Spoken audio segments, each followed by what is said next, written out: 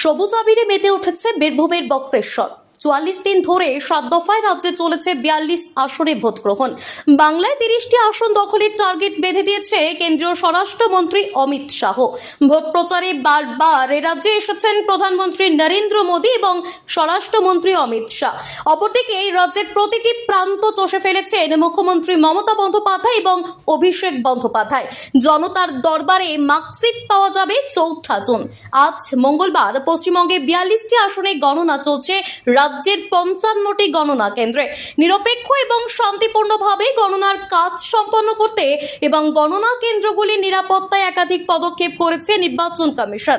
গণনা কেন্দ্রের বাইরে ২০০ মিটার পর্যন্ত জারি থাকছে ১৪৪ ধারা। গণনা কেন্দ্রগুলিতে